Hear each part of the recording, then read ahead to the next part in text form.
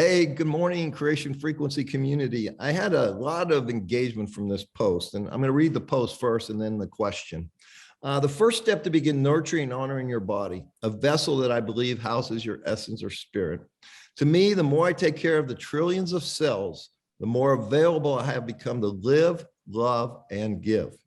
When I was not taking care of the needs of my body, my attention wasn't free to even become aware of the needs of the other parts of my being, of my mind, my heart, or my soul, let alone the needs of others. I have learned the hard way that you can be the most spiritual person ever to be born on the earth.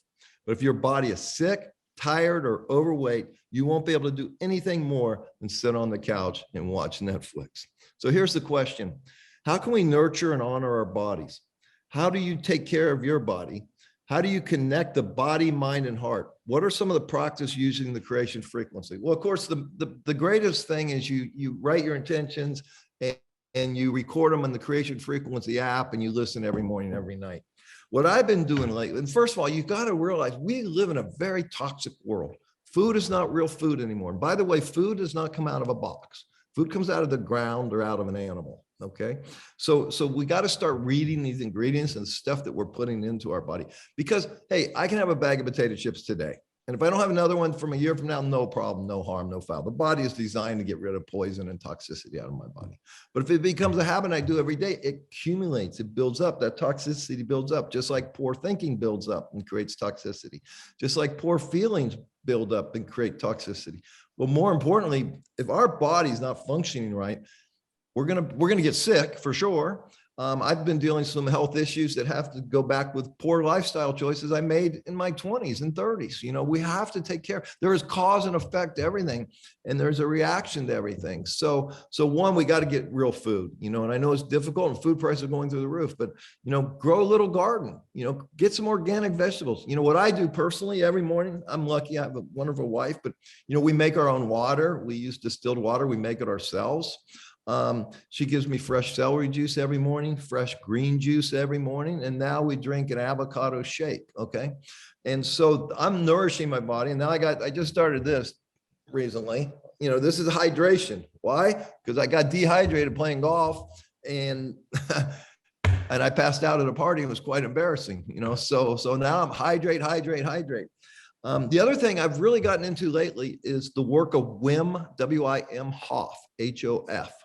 This guy is amazing. He's known as the Iceman. He can literally, you know, I think he's sitting in an ice bath for, you know, a day at a time. You know, the guy is, because he understands the power of the mind and he understands the power of breath. So I've been really studying him a lot on YouTube lately and taking cold showers. And now I enjoy him. I hated him at first. Now, you know, I just watched Tiger Woods playing the Masters. Okay. And how was he able to do that after almost losing his leg a year ago?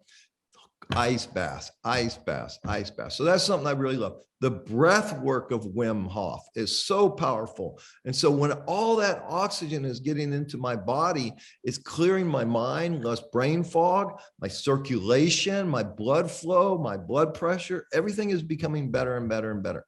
So, and here's the biggest thing in my life and why I struggle with this. One, we're programmed. Okay. We're programmed from a child. You know, I was programmed, you know, early in my life to love pudding, to love Coke, to love sweets. Okay. There's triggers, there's emotional triggers, there's cravings and all that stuff.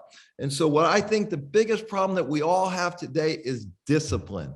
And I'll do another video on discipline right now, but you can do your own research on discipline. You know where you're strong in discipline and you know where you're weak. I don't have to tell you, but you have to be willing to look in the mirror and be honest with yourself and say, hey, man, I need more discipline in this area. This activity, this habit over here is ruining my soul. This is ruining my mind. It's ruining my health. You got to do that. No one can do it for you, but you got to be self-honest. Be able to look into the mirror and say, hey, this is where I need discipline. And, you know, I'm fortunate that throughout my entire life, when I've been totally off the path and totally on the path, I can always at least have self-honesty and say, hey, man, you shouldn't be doing this. Okay. And so eventually, you know, I'm the kind of guy, I'll push things right to the edge, but then I'll say, okay, that's enough. Okay. Warning sign, pull back, get discipline, start a new good practice, start a good new habit. And I think that's the most important thing. So you got to take care of this body.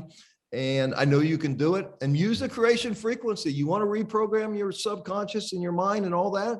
Write your intention, download, or put it in our app, listen every morning, every night, and the work will become so much easier. Discipline will become so much easier for you. Until next time, this is Mike Murphy. Go out and create the life of your dreams.